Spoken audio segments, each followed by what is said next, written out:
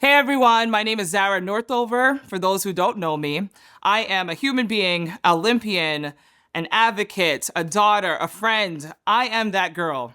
But right now, I'm also that girl that faced retaliation at my job. And I'm that girl that's standing before the Michigan Supreme Court, self-representing myself because I chose to stand up against injustices against me. I know that this path has been difficult and it has been hard and it's been a journey. But I truly believe that God qualifies the called, and He's called me to this. So let me just rewind a little bit and share why we're here and what I'm talking about. About 4 years ago, I started the path to suing Rocket Mortgage. This is a company that I worked for. I was a President's Club mortgage banker, business consultant, product manager. I had several roles within the company, highly regarded. A documentary was done on me within the company. I was someone that was like a face for the company for a very long time. And I was ultimately met with retaliation for advocating for protected classes, for calling out discrimination. And in doing so, what happened was I was called into a room and threatened by the chief risk officer of the company with HR alongside of him. And they said, if you continue down this path, it won't end well for you. So that was pretty hard, tough to hear. But what made it even worse was 2 weeks later, I received a birthday card in the mail. It was a gorilla dressed up as a fortune teller. And inside the card read, Zara, I see a great year in your future, or bananas. It's unclear. Happy birthday anyway, signed by the CEO and COO of the company.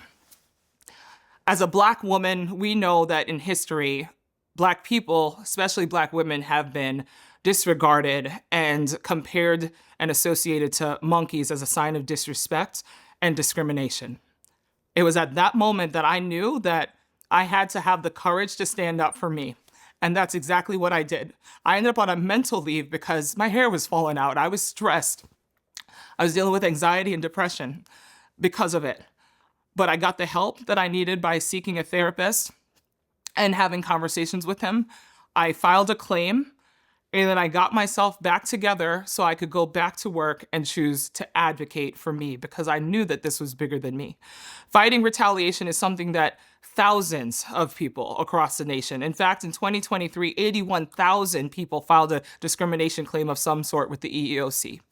So what I'm asking for you to do now is to help me by signing either the change.org petition that is a part of that you could find in the description, or writing a letter of support urging the Supreme Court to review my leave to appeal.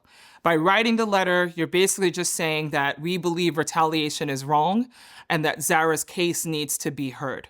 The company has not faced the injustice. They have not faced the accountability that they should based off of the injustices that I have incurred and others have incurred. So I'm asking you to stand beside me as I pursue this at the Michigan Supreme Court level. And your letter of support, your prayers, by passing this on to anyone that you know might be able to help, is everything that we need to do in order to band together to see the change that we deserve to see. So I appreciate you all. I thank you all. And keep me in your prayers because this is a journey.